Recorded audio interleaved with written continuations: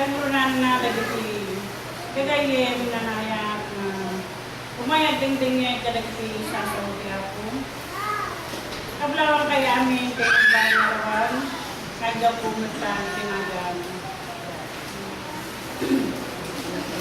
Kasi tayo panagaydayaw siya ako magsat. Lukan tayo ngayon, tingnan tayo ng number 204.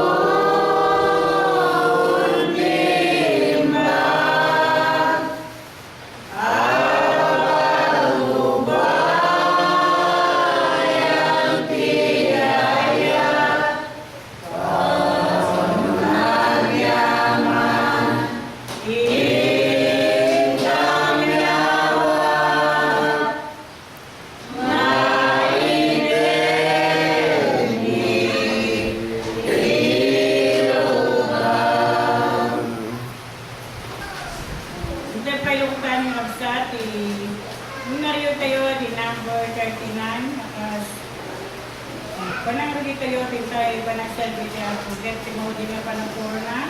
Kablawat ko ni Pastor Israel nga isuti. May pahay ka na tayo. Di karara. Ay, tenaya.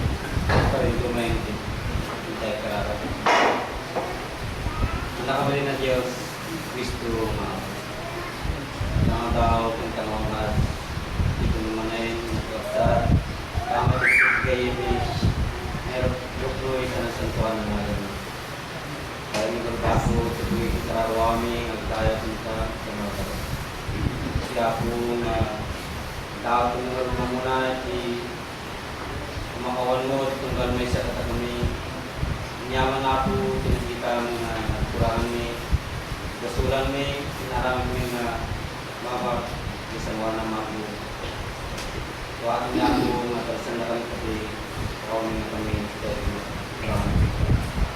anong na po saka po kung kasi may isang nalama di tayo tumagandang nung may tari kami kumaan pinasantuan na natin nang po kami dawat ka sa pulang tulad nga po, kanayon sa luna kami ginaw daw. Panangayawan mo pa sa kada kami kanayon, daw kami kanayon. Tawagin sa diya po, tutuloy mga po, diasin, kanayat mo, mga ewan ka. Umilisik, yung mga dayo, kata kami, tunyawan na po, pagpigitan, pagpiti, kakasulan. Kanayon kami kaya po, isa sa luna, pamatin ka panagserbi mi at mga po may paano kumatin ng anay mo panagtulog, panagtupan ka rin kapag-eram at naiswa po pangunaan, ibigyan, tarawat at mga ganun sa kanya matawa po yung programa na hintayin mo nga kung paano ni kumatin niya akong pinisyon namin at hindi mo ngayon po tapo, tuwing panagkanta, tuwing panagtingin sa saong. Kuwatin na po nga kakakumahit po sa yung pamangkin. Kami tapo, isagana man yung katarawami ito mga gawin. Kuwatin yung nabinis namin na po. May payag naman yung tinananayin, nanayon, panakamo, panakawak mo. Kami yung mga ched, palagdad, pamati. Iswa po, pangurunaan, tunggal may sagat ako. Tapos kami magumutan na po sa ganang so nakasilakan din dyan naman at nung ako lagi para matin na instrumento sa ito mga saka manin namang tirid dan ako tapos nung kami may lawag ako sa saong mga ato muna na sa kanya ako tama ka din pag-awa at itunggal na isa ka kawit na itinagayin niya ako para mamit pa nakalukat pa nakawag ka kung may mesa kami kanayon ako sa nagsabi ko kaya ako atong manay katulad kawasan kumasin sa ito na nagan mo kaya sa amin amo mapot at kung naan sa pulan itong galway sa ito kaya kung ako may tarikwit sa rawami nasantuan na nagan mo na sa Kristo manipit kita at naganayan. Ang ating sermon sa linggo ito ay ating magtagpuan sa Kapitulo 71, versikulo 8. Aking tinatawagan si Palinangwing na para siyang basta ng sermon para sa atin. Panginoon, nangangalong ako. Huwag akong mapangya kailanman. Iligtas mo ako sa iyong tutuwiran at sagipin mo ako. Igiling mo ang iyong pagkinig sa akin at iligtas mo ako. Ikaw ay maging kanlungan ng aking tahanan na aking kapaparunan lagi. Ikaw ay nagbigay ito sa maligtas ako, sapagkat ikaw ay aking malaking bato at aking kuka. Sagutin mo ako, aking Diyos, sa kamay ng masama, sa kamay ng bigo at mabagsik na tao, sapagkat ikaw ay aking pag-asa. O Panginoong Diyos, ikaw ay aking tiwala mula sa aking kabataan. Sa pamamagitan mo ay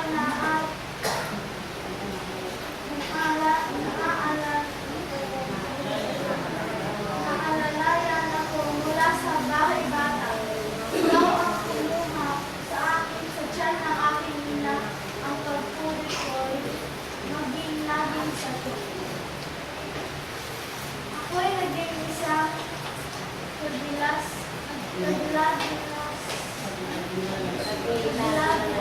sa marami.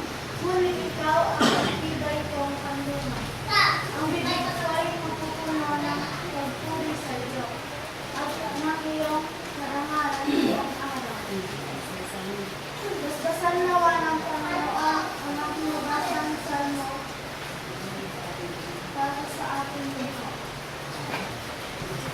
Maraming salamat po kami sa iyong pagbasa sa ating salmo.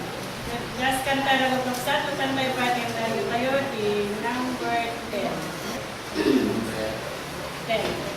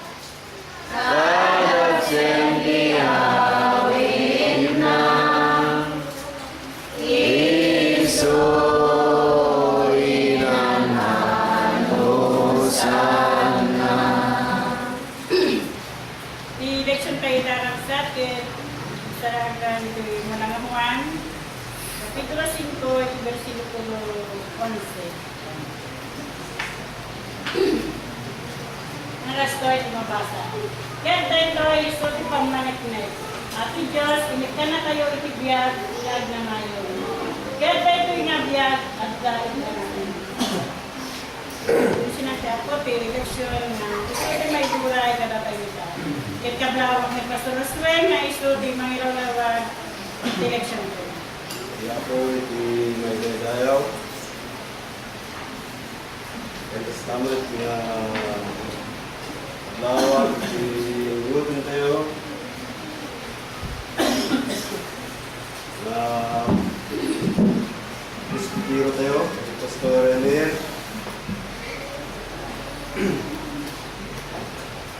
Kaya pinahalos na kami sa destinado tayo dito Rojas, kami sa GK. Kaya duwang pastores. Kasama, kaya imutin tayo ng kamunisas. Kaya aming nakapsat ko yung nasangkuhan na pamati. Ngunaan, kaya nagayem na naitariklong bilang nagbago daway. Ang tawag na namin, nakapsat ko yung nagayem. Pinapatid na nagang na po tayo si Kristo. Kaya sometime nakapsat nga paligid-ligoy, kitupan tayo, nagdaya na teksto tayo. Lada diti sangwanan, baba diti anos na projector operator tayo ni Kapsat Remias. Dalawat ni Kapsat na nalabasa diti sangwanan, di teksto ng pagdadalang na pagkahamalan. Na gaya ikaw bagas na, siya sino na ito united, kita tayo ngabiyag, nagnanayo. Kita kapsat niya. At nabasa, bigay mo ng asulat ni Apostol Juan, Kapitulo 5, versikulo 11. Kasi kapsat, isagudayan na.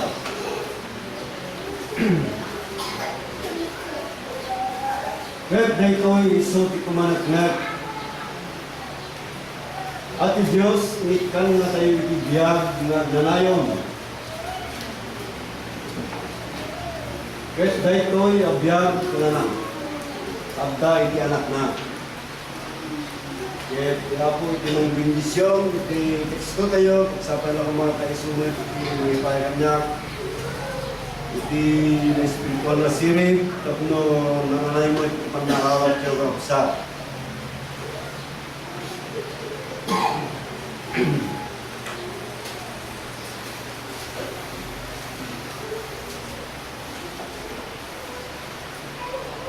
Nga nagmayat niya kapsa, ito'y teksto tayo.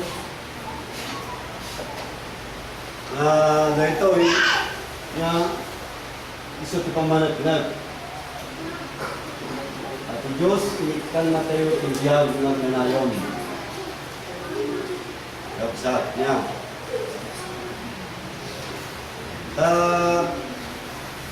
Saan nga tayo kakabsat nga dahil biyag ng nanayon. Niya. Dahil bagi kami, kapsat, kung na ito lasag tayo, naskan lao na yung agsumbi titapok. Yung dahil dati Diyos, may isang espiritu ko absat niya, kung dahil tang espiritu, kung dahil tang Diyos, saan nga pinili, dahil siguro itipan na kamo dahil duma na tipagkarkaragan lang, dahil tinaramid ti mga absat, dahil bibulto. Ngayon saan nga dahil pinili ti Diyos na pagyan na nudigod pinili na kapsat. Ibasa dito yung Genesis.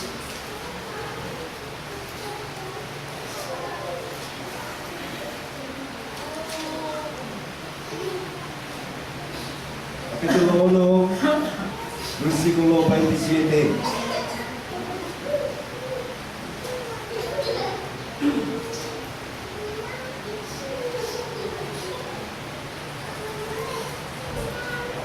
Kapsat niya, kahit ti Diyos pinarswana ti tao akaladawan na mutlaan.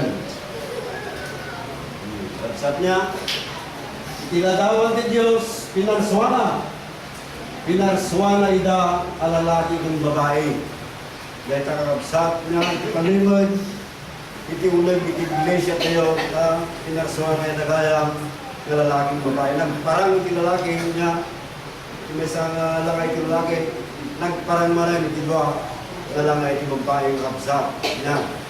Dahil siya ama, ina, dahil siya anak, na may pagpagilpig ilatang kapsat, mula dyan may katulong persona na.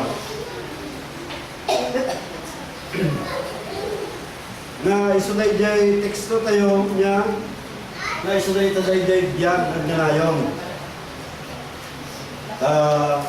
Mangrugi tayo dito mula nga surat ni Apostol Juan, Kapitulo 1. Na iso iti pampanagnagang na Apostol Juan, hindi absat niya, kaya sumot iti pampanagnagang tayo at tapan naman tayo.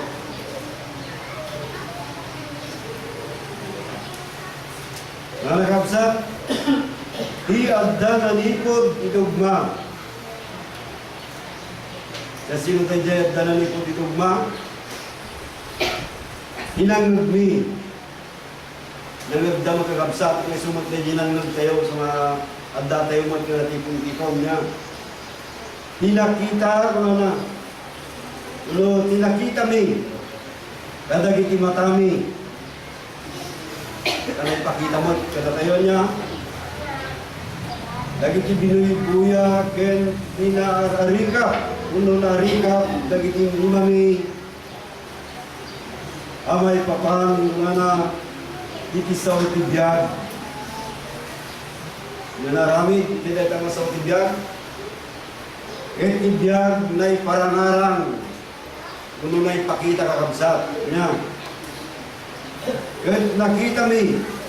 Ken panatniran mi. Sila hindi pang panatniran tayo ay. Niya. Ken ipakamumi kada kayo kung na ibiyag. Dahil jay biyag na agnanayong nga agday di iti ama.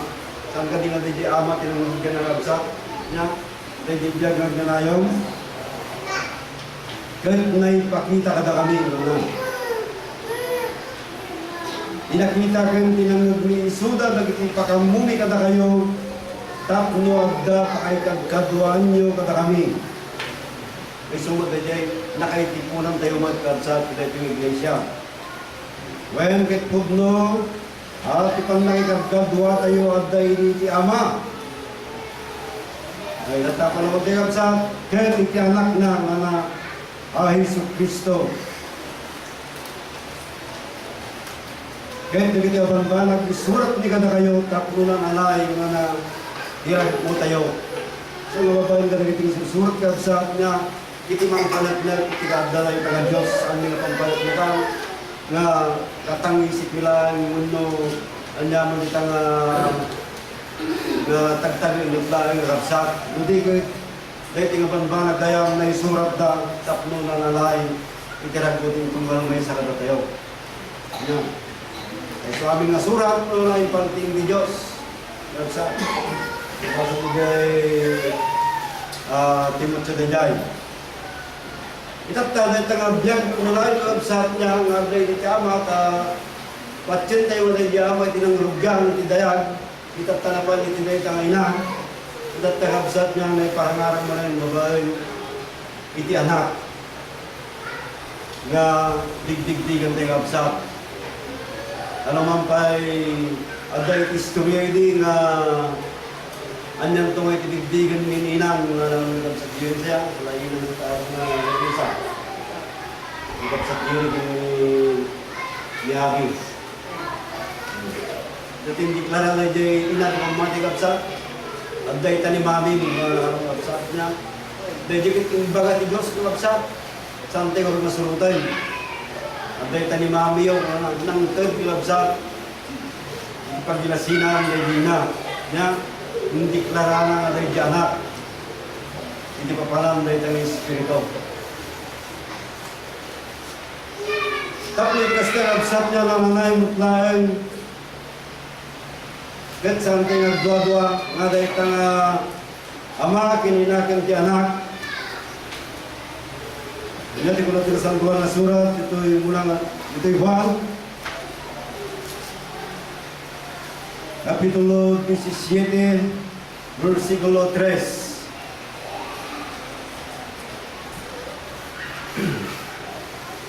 Wala na. Kahit dahil ibiyag ng nanayon. Wala na. Dahil ibiyag ng nanayon sa niya. Ama amuan da kakumaw na may sa puno a Diyos. Ken ni Yesu Kristo na ngayon baon mo. Ya, so mamuan tayo nga dahil ama, so namot lang dahil anak kakabsat. Ya. Dahil nga Diyos may isang Espiritu nga di itagsubli tapos dahil yung nagbalay na kabsat niya paano dahil ang Espiritu napandigay na, hindi ko napandigay anak kabsat. So nga may pabigdig ka tayo dahil tanong persona nga sulit tayo dakil nga pala yung mga bidiulang iti iglesia tayo kabsat.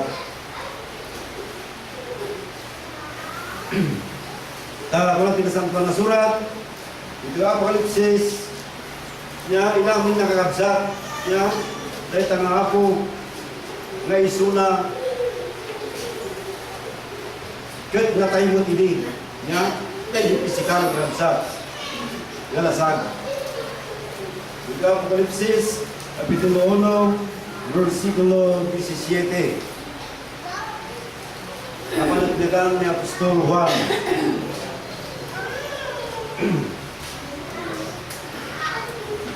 Na Apostol Juan, kat hindi nakita napasagak ko na kada kiti saksa ka na akas na natay. Kahit impatay natin, hindi makalawan na kanya. Kahit kinunana, di kagbuteng na. Siyak tumuna, ken tika mo dyanam. Pinapay, ken kisilibiyag, kunana. Silibiyag mo na nagabsan niya.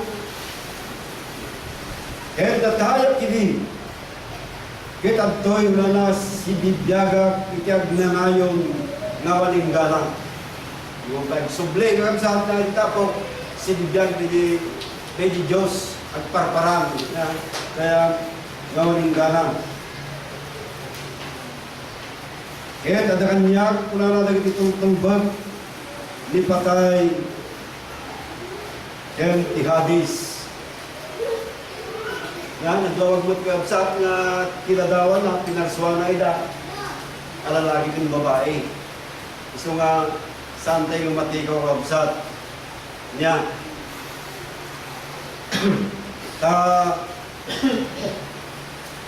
Kapubot lang yung tinita may isang espiritu, dahil may isang espiritu kabsat, pampanagpitan tayo ngayon, dahil talong nga imay, nga persona, ipibigyan tayo kabsat niya. At mabasa dito yung Efeso, Kapitulo 2,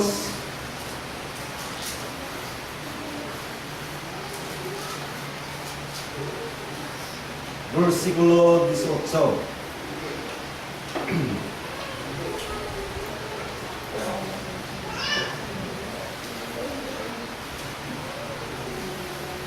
Taga po kinukuana, na kami ken kada kayo mga abdaan tayo itigundaway ipiyas sigil iti ama nga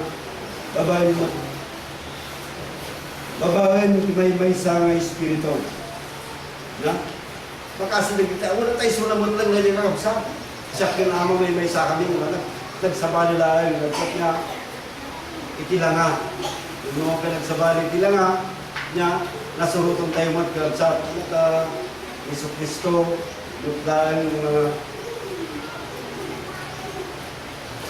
basahan ni kabsat ng Hebreo tanong nalolawag. Hebreo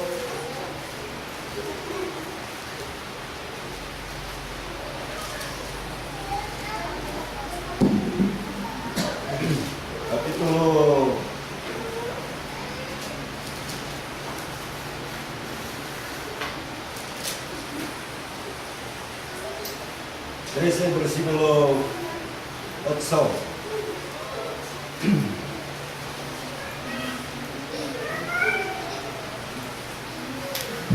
Ni Yesu Kristo na naisumot lang hindi kalman kaya nita agnanayon. May sunod ay jay bihag kagabsa bihag nanayon. May sunod ay pakamu kata tayo. Tati Diyos kagabsa niya nagkalimot ni Diyos kagabsa. Yan ay jay kaning ibahay ni Diyos kata tayo.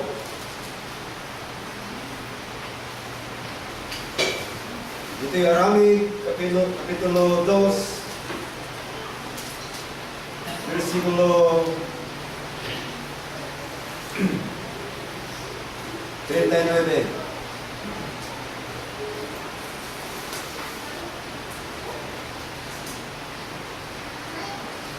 Tagapsat na, tati kari may pahay kada kayo, kaya kadagiti anak yo. Wari pa kaya kadagiti anak, tagapsat niya. Sa may hirapan naman kabsat niya. Yan kadagiti suaming nga day tayo.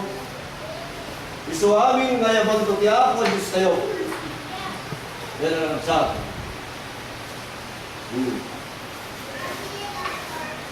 Itap talay tang kanay kabsat niya.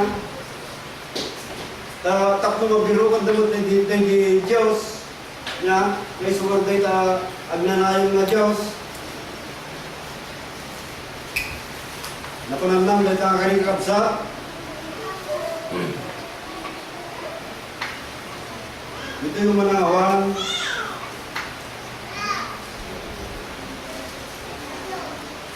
Dos 25.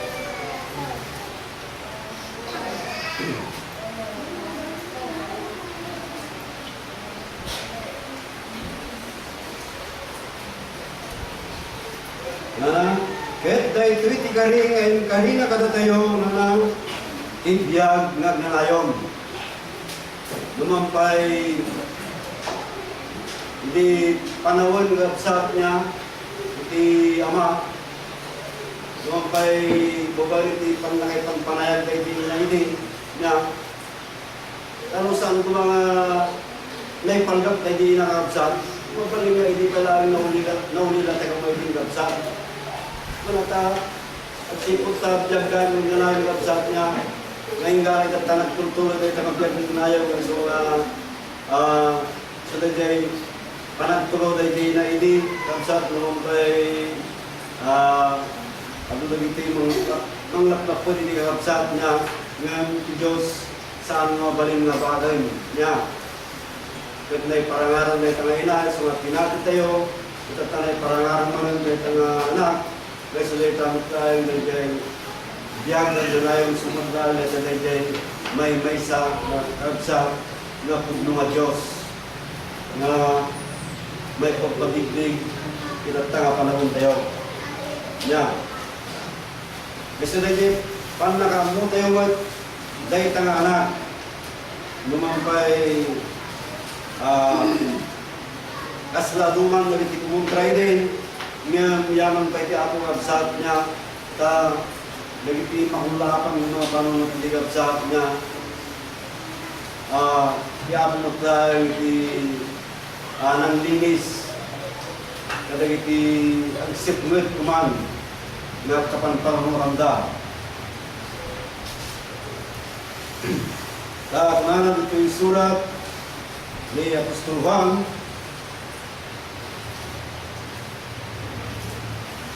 Ito ay Juan, Kapitulo 10.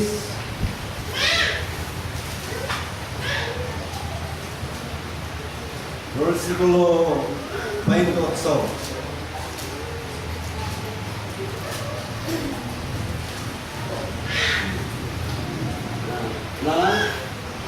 Ket siya ikak iday tibiyag nagnanayon. Ito ang kapsat kitagitid ko na tayo. Dahil Diyos kapsat nagnanayon na magkikita tayo niya. Kahit di lang tumapukaw ngunit kahit awang tuhod na naitimang naragsok kalakwala iti ilang sana tayo nga maagaw sa baling kapsa. Kung natanda tayo dyan, Diyos, kinikdigan tayo kapsa. Palutos tayo tayo nga, palutos ko rin tayo Diyos nga nagawa natin sa baling kapsa. Nga, kung nakagawa ko lang mga kapsot kadawalan iti imak. Makikigin tayo ni Diyos, marahikap tayo nga. So nagpintas kapsa. Ito nga teksto, ito biyang nanayon nga naamuan tayo ngayon sa dahi tamot lang yung ama ya, sunod hindi mga tay na hindi aramid tumot lagi may isang espiritu nga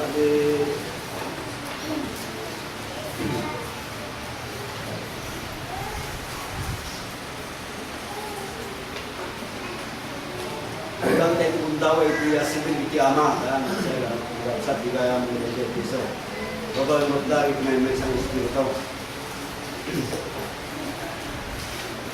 ay sunay tang anak iti naipakambo kada tayo ngay sumot lang na kalabsat iti pudno nga Diyos niya panagnagamit iti surat yung mga Juan 5:20.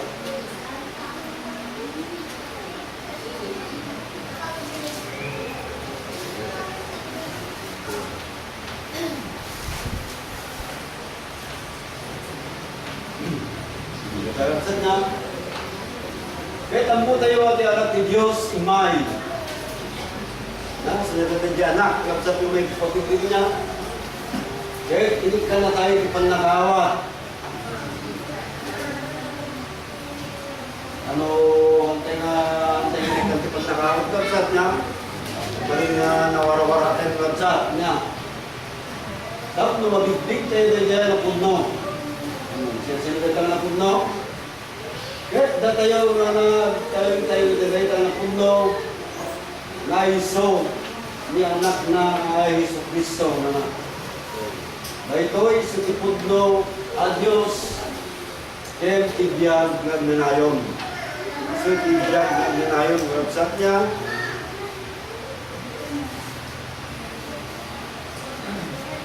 Mga nasumbatan ng dayay teksto tayo yung website na kaya tambog nga ito pa nagiti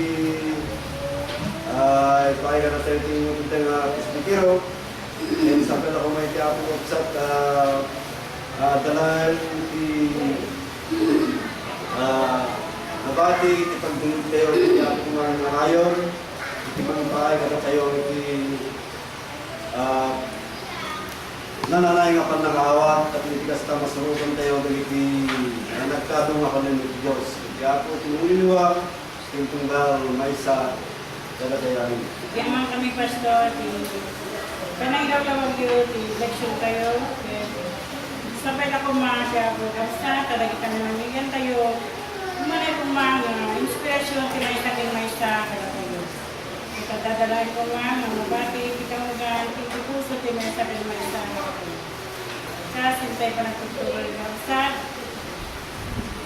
Tantay pa yung narin tayo, ito number 161. Last kanta.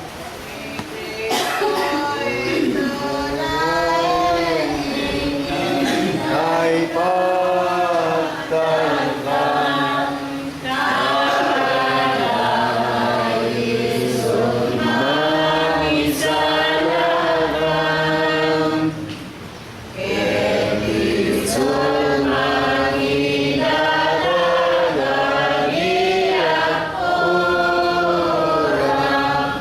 Kaya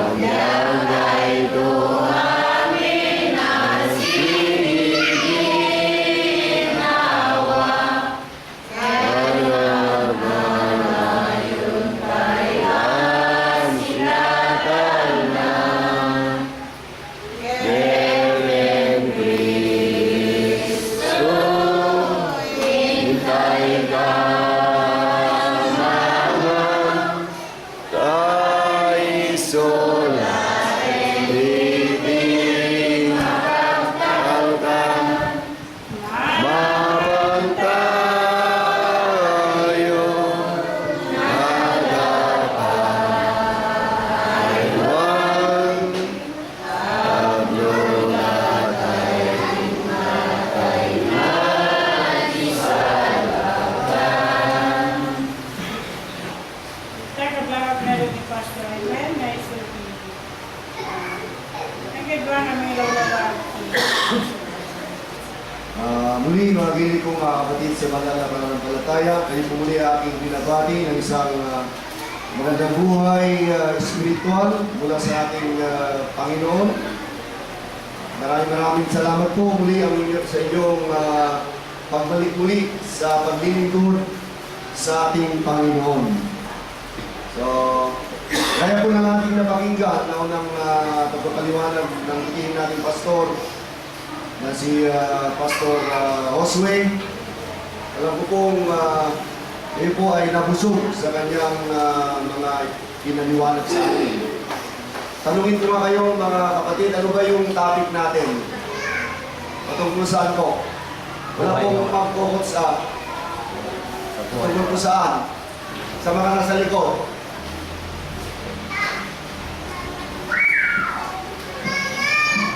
Ano po yung topic natin? Yan, nakita natin sa patungkol sa buhay na walang hanggan. Sino po kaya ang nagpatutuo nito? Sino nagpatutuo?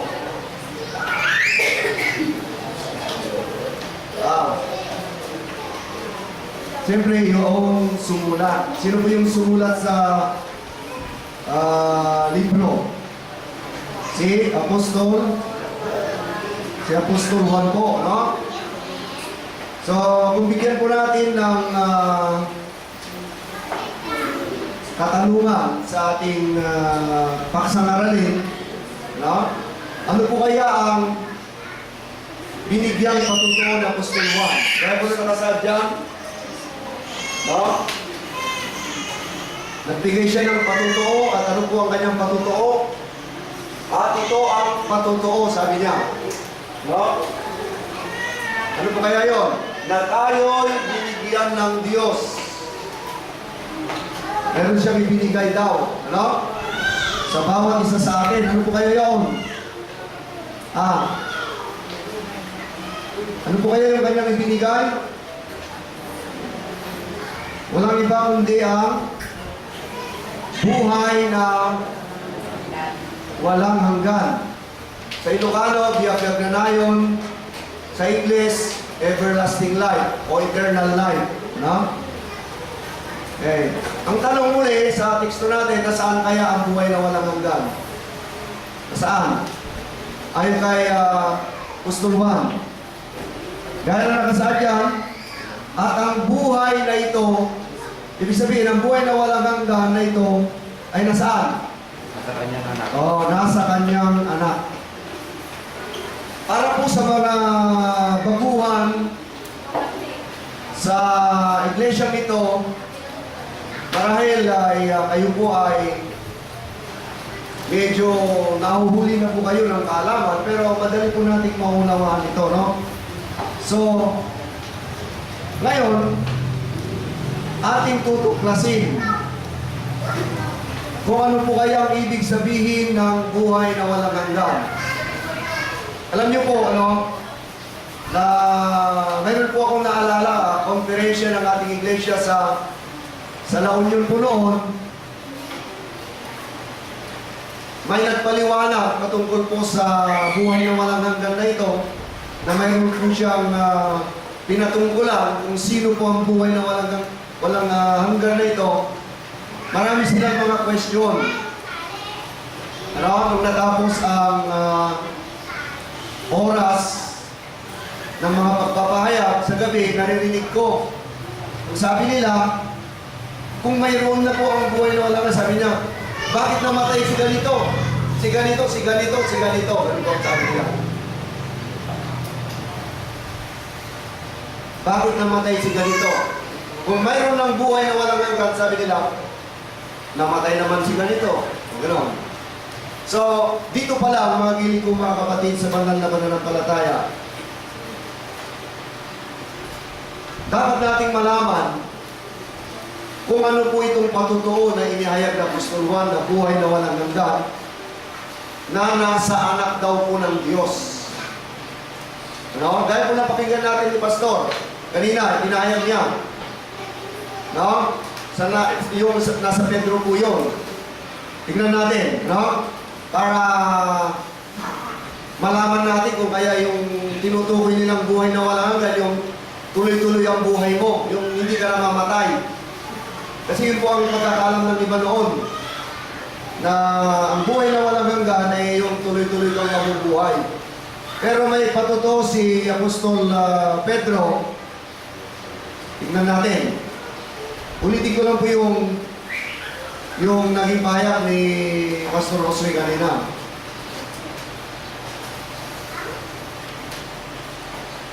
Pedro yun o First John? Basta noon.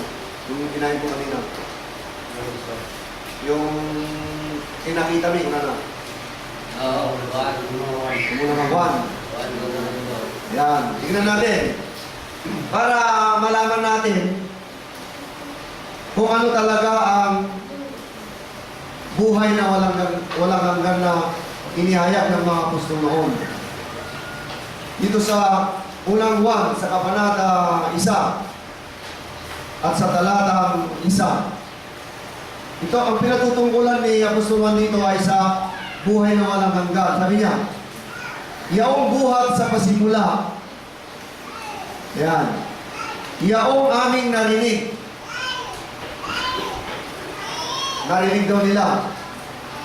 Ano pa po? Yaong nakita ng aming mga mata. Yaong aming namasdan. At ano pa po? At nahipo ng aming mga kamay. Tungkol po saan? Tungkol sa salita ng buhay. O, iba pa natin. At ang buhay ay nahayag at aming nakita. O. At pinatutuhanan sa inyo'y aming ibinabalita ang buhay. Ano po ba itong buhay na ito, Apostol Juan? Ang buhay na walang hanggan. Na kasama ng Ama at sa atin ay nahayag. Dito pa lang, ang tinutumpok po ba yung buhay na walang hanggan yung mga taong namamatay o nabubuhay ba yun o ano po yun? Gaya po na sinabi ni Apostol Juan, yung buhay na walang hanggan na yaon ay kanila daw narinig. Ano pa po? Nakita ng kanilang mga mata. O nakita, napagmasdan nila yung buhay na walang hanggan. No? Sa mas maliwanag, nahipo pa nila na masdan. So hindi po ang pinatutungkulan dito yung buhay na buhay ka hanggang wala ka nang mamatay, parang ganon. Hindi yun ang pinatutungkulan. Ang tanong, ano po kaya itong nakita nila?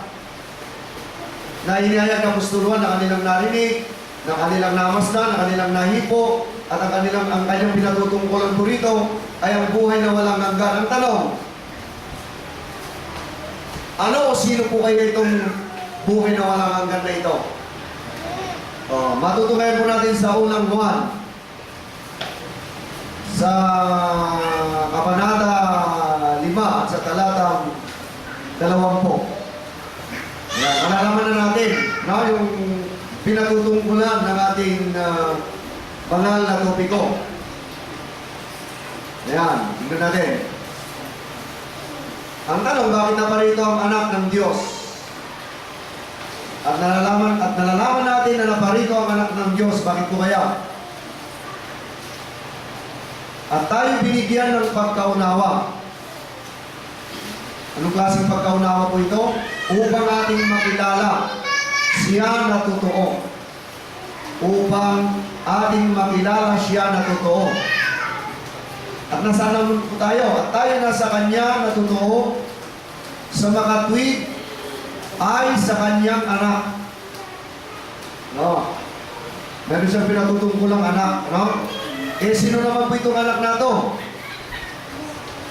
Ay sa kanyang anak na si Hesus Kristo. Eh, sino po si Hesus Kristo? Ito ang tunay na Diyos. At ano pa po? At ang buhay na walang hanggan. Ang tanong, sino yung buhay na sino po yung buhay na walang hanggan? Yesu Kristo. Oh, sa makatwid, si Hesus Kristo po pala, yaong tinutumbok ng ating banal na paksa. Siya po pala ang buhay na walang hanggan. Hindi po yaong nabubuhay ka ng wala nang kamatayan. Gaya nung nasa La Union po kami, bakit sinasabi nila narito lang buhay na walang hanggan, nasa atin na, bakit namatay si ganito? So hindi nila naunawaan kung ano o sino po itong buhay na walang hanggan. Oh, tinutumbok niya rito na alam naman natin na ang anak ng Diyos na ipinahayag po sa unang 1:5-20, walang iba kundi ang ating Panginoong Jesucristo. Siya raw po ang anak ng Diyos. Alam naman natin na talagang misteryoso po ang mga ginawa ng ating Panginoon, no? Sapagkat tunay na namang nagkaroon po siya ng mga persona. Di po ba? Sa bawat panahon po, ano, may binigay siyang mga persona sapagkat hindi po tayo naiiba sa mga nakaraang nanilbihan, mga giling ko mga batid, maging sa ating kapanahunan ay talagang magkakaroon din po tayo. Kaya ganito po ang naging pagpapahayag. No? Sapagkat alam natin na matalinhaga mga salita ng Panginoon na hindi po siya nagsalita ng direkta sa kanyang sarili patungkol sa kanyang pagka-Diyos. Di po ba? Sapagkat si Jesucristo, hindi niya talaga pinatutunayan na siya ang tunay na Diyos. No? Nagturuan sila eh. Yung ama, noong unang panahon, sinasabi niya, ako yaon. Yung nandito naman, ako yun. Sabi niya, di ko ba nagtuturuan? So kung ating alamin sa patutuo ni Juan ulit, sa kabanata 10 sa talatang 30, aalamin natin kung sino ang anak na ito, kung ano yung pahayag ng anak na walang iba kundi si Jesucristo. Matutumayan natin, ano? Kung nandiyan na po sa Juan, sabi niya, sabi ng ating Panginoon, tinaguri ang anak ng Diyos. Sabi niya diyan, ako at ang Ama ay iisa. Ngayon. So, ganun lang ang sinasabi niya. Kung ito, nagsasalita siya na mayroon siyang ama. Kasi hindi niya pinatutunayan ang kanyang sarili. Pero, napaka-linaw, napaka-konkreto ang kanyang patutuo na ang Ama at ang ating Panginoong Jesucristo ay iisa. So, ang ating pagsang-aralin, ano, alam na natin ang tinutumbok kung sino ang buhay na walang hanggan ay walang iba kundi ang ating Panginoong Jesucristo na nasa kalagayang anak ng Diyos. So ang tanong, ano? Paano tayo magkakaroon ng buhay na walang hanggan? Yan po ang tanong.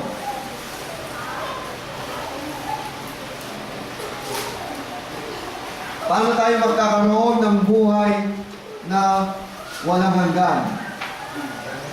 Kaya dito po sa Juan ulit, Juan kabanata 3 at sa talatang 6, nakikita natin sa wall,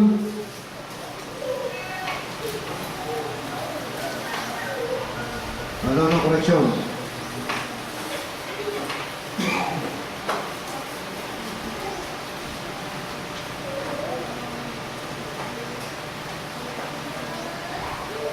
Dito po sa 1:16 po pala. Ayan.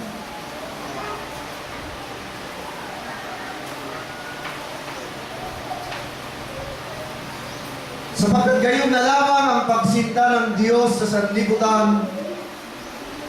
At bakit po naman? Na ibinigay niya. Sino po? Ang kanyang bugtong na anak. Kaya ano na natin kung sino po itong anak natin, walang iba kundi ang ating Panginoong Jesucristo sa ating kapanahunan, walang iba kundi si Apo ang Milita. No? At bakit po naman, binigay niya itong bugtong na anak niya upang ang sino mang kanyang sumampalataya. Ayan, no? Kung sasampalataya daw tayo sa anak ng Diyos, sa kalagayan niya ako ang milita sa ating kapanahunan, ano? Ay ano po? Ano pong mangyayari? Ay huwag mapahamak, kundi magkakaroon ng buhay na walang hanggan. Ayan. Kung sasampalataya daw po tayo sa anak ng Diyos na to, sa kalagayan ni ako ang milita, ay magkakaroon daw po tayo ng ano po? Ng buhay na walang hanggan. Sapagkat sinampalatayanan mo siya na siya po pala yung buhay na walang hanggan, naniwala ka sa Kanya, yan na po yung panahon na nagkaroon ka na ng buhay na walang hanggan. Ibig sabihin, nagkaroon ka na ng Diyos. Parang ganun po yan.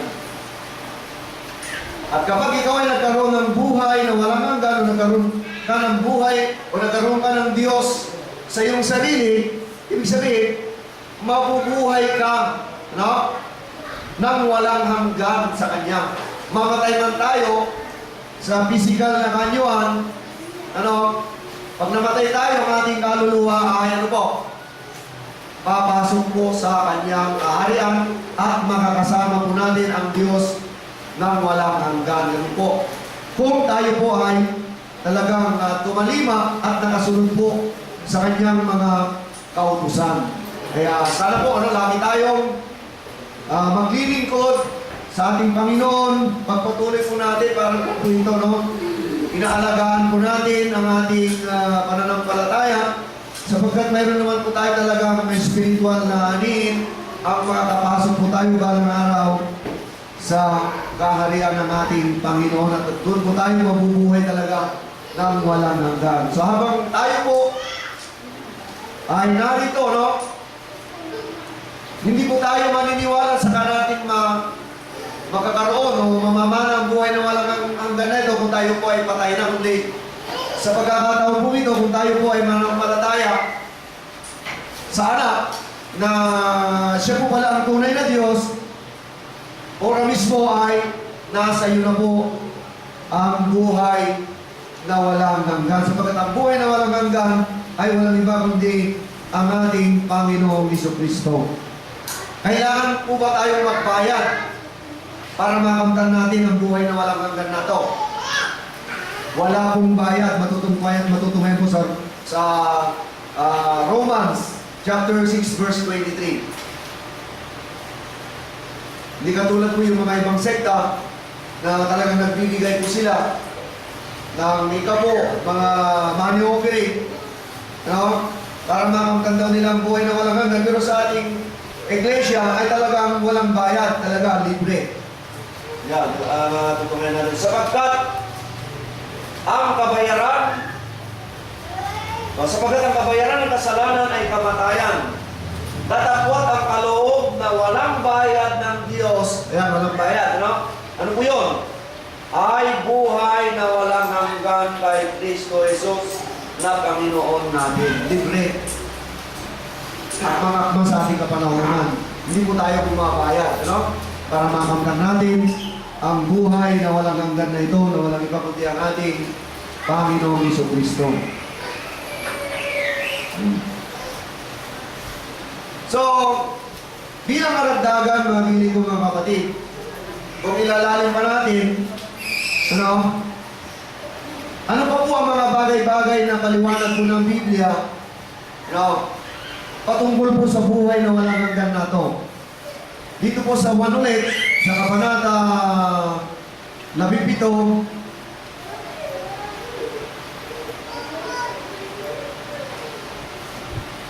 at sa talatang 3, ganito po ang nakasaad.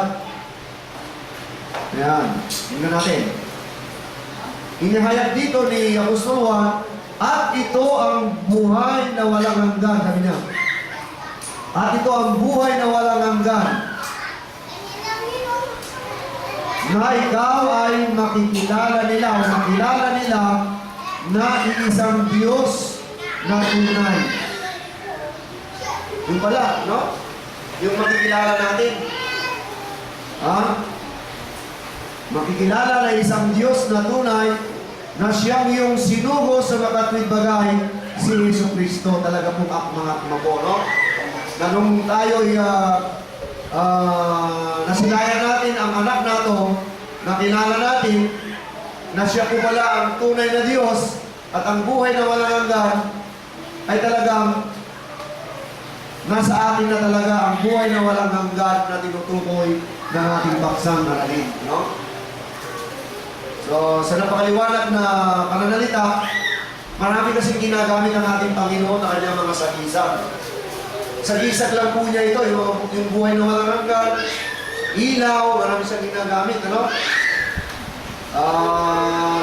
Dito at napag-aalaman po natin kung ano po talaga ang tunay na kahulugan ng mga matatalinhagang sagisag na ginagamit ng ating Panginoon. Na ito po palang buhay na walang hanggan na ito, ay dapat natin makikilala o dapat natin makilala ang isang Diyos.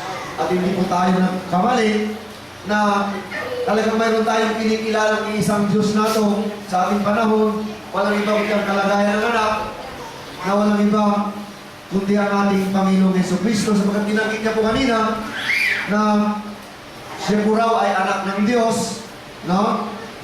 Na ang anak ng Diyos na ito, na si Jesucristo, siya po pala ang tunay na Diyos at ang buhay na walang hanggan. So, ganun lang po kasimple ang aming mga paliwanag na hindi na natin iisipin pa na ang buhay na walang hanggan ay yung humihinga ka na walang katapusan. Sino ba yung gusto humihinga ng walang hanggan?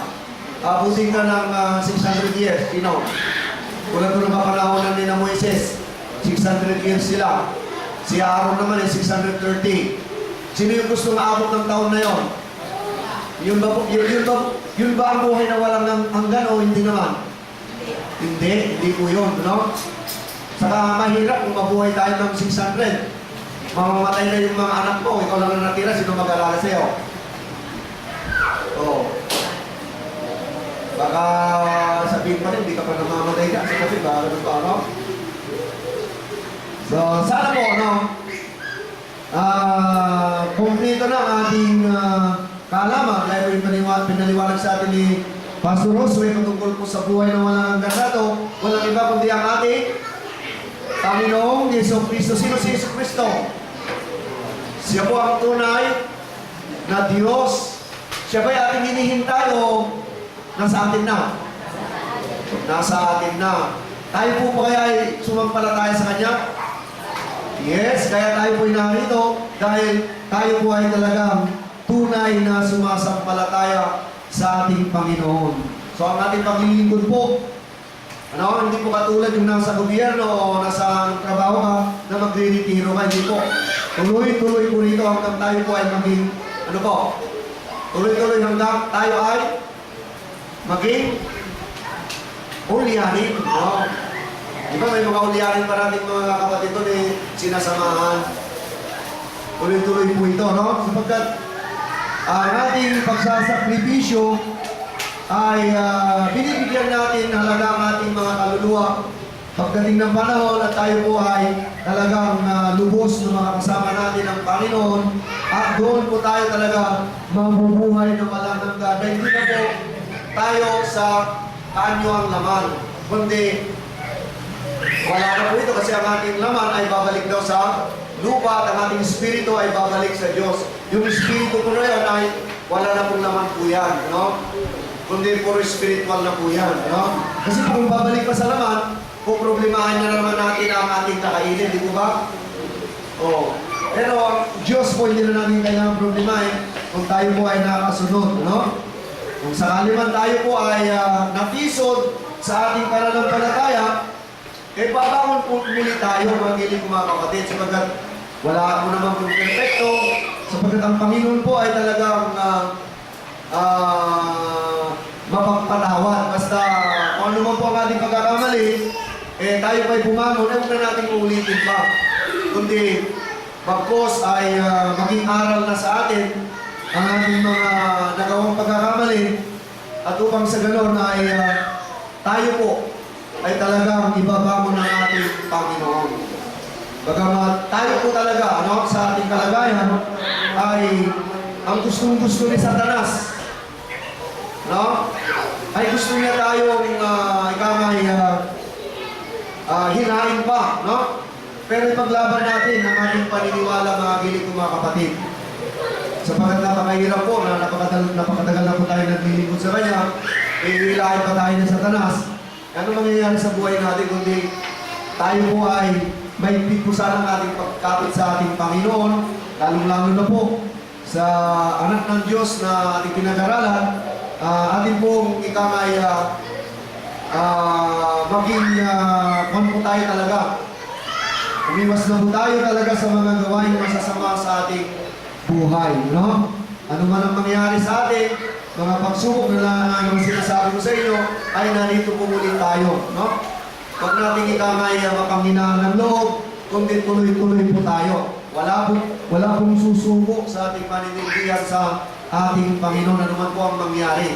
Ano man pong dumating sa buhay natin, nandito pa rin tayo nakatayo sa Kanyang harapan. So, maraming salamat po. Sana po sa darating na linggo ay narito naman muli tayo. Pagpatuloy po natin ang ating paglilingkod sa ating Panginoon. So maraming salamat po. Sana po ang Panginoon ay laging sumasa atin mula ngayon at magpakailanman. Amen. Maraming salamat po, Pastor, sa inyong pagbibigay nila sa ating teksto sa hapong ito na may intindihan natin at nabusog tayo sa ating mga narinig na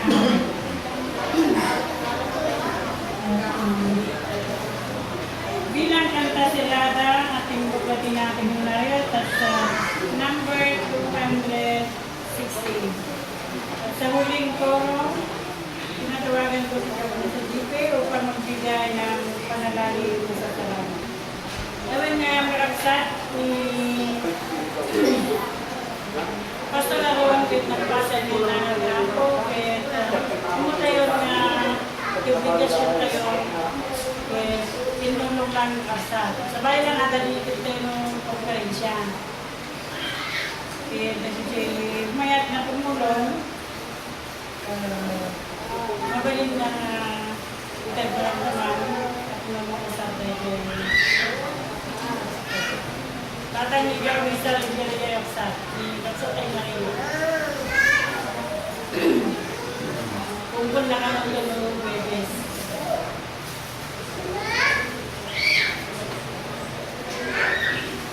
Thank you.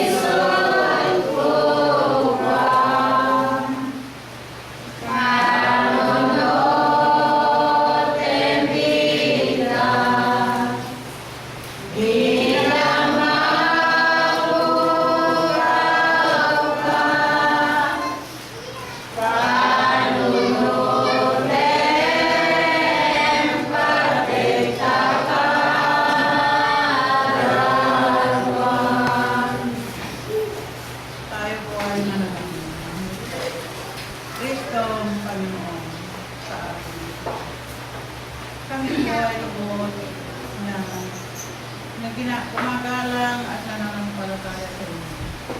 Sapagkat sa hapon ito, nagtatapos po ang aming gawain ng mga kapatid, sapagkat kayo po ang siyang nagtagumpay sa aming salita at ginamit ito ang aming minamahal ng mga kapatid. Sila po nagbigay paliwanag na mga maliligtas sa buhay na walang hanggan. Sana po, Panginoon, pagkalooban niyo kami ng pagtitimpi at kapatawaran sa ganun. Kami po sana ay maging tagumpay sa aming mga paglilingkod sa inyong mga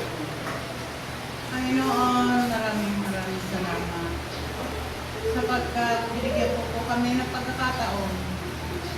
Ang amin pong katawan ng lupa ay binigyan niyo ng lakas upang kami po ay makagalo sa aming pag-ibig. Panginoon, ang aking ito. Kami po ay lubos na nagpupugay sa inyo sapagkat binigyan po ninyo kami ng lakas at kami po ay nandiyan sa mga paliwanag ng mga magigiting ng mga pastor. Sana po, Panginoon, sa inyong ginamit na mga kanilang katawan, sana po ganyan po palagi sa ganun. Kami po ay magpaglingkod at mapatunayan ang mga banal ng pangako. Panginoon, sa buhay ng hanggan, umaasa po kami na magkakapatid at ganoon din po sa mga nag-aaral upang sila po ay may maadamay din sa mga pagkakataong pinagkaloob mo sa amin. Panginoon, lagi po ninyo kami mabantayan sa araw man at sa gabi. Bigyan po sa ninyo kami ng kapabaang loob at nang sa ganun, kami po ay magtagumpay sa aming pong gawain spiritual. Panginoon, ganun din po sa mga bata na ibinigay po ninyo mga alaga ng bawat isa sa amin. Sana po, Panginoon, pagdating ng araw at sila po ay magsilaki. Sana po, Panginoon, sila ay magiging masunurin din mga anak at sa ganun kami po ay sama-sama sa paglilingkod sa inyo. Ganun din po, Panginoon, sa mga araw-araw na pinagkaloob niyo sa amin. Maraming salamat at kami po ay binigyan ninyo ng mga batas upang kami po ay palaging makasunod sa banal mong kautusan. Panginoon, lalo-lalo na po sa mga darating pa ang mga araw na hindi namin alam. Sana po, Panginoon, kami po ay lagi niyong gagabayan. Sama po kami paroon sa inyong gagastos.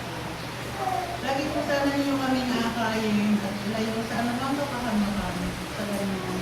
Masundan po namin ang bakat na inyong sa amin. Panginoon, maraming pong salamat at sa amin pong paglilingkod. Binibigyan po ninyo kami ng lakas at ganoon din po sa amin pagtupad at pagsunod sa banal pong kautusan. Marami rin pong salamat, Panginoon, sa mga panahon na binigay niyo. Ang ganitong sikat ng araw ay makakabuti po sa aming mga Panginoon. Sana po, Panginoon, kayo po ang laging susubaybay sa amin po ng amin po mga pinagsirapan. Ang mga bukid na amin po itinanin. Sana po, ilayon sa amin ang kasasabang elemento sa ganong mga amin po kami nauupo po sa inyong mga Panginoon, marami pong salamat. Hindi po makahaba. Ang amin po pasasalamat sa inyo. Ito po aking samagdalangin na hindi po pagpapasalamat sa inyo. Ngayon at magpapagawa niyo.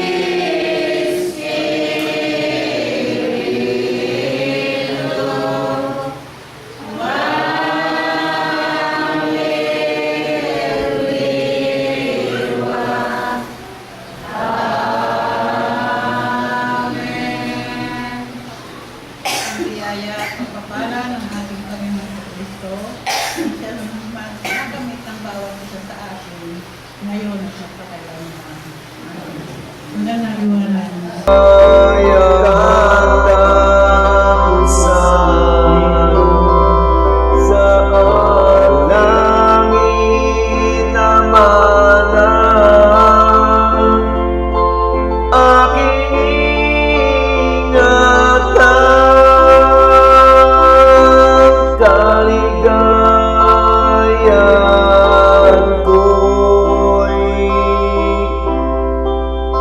wala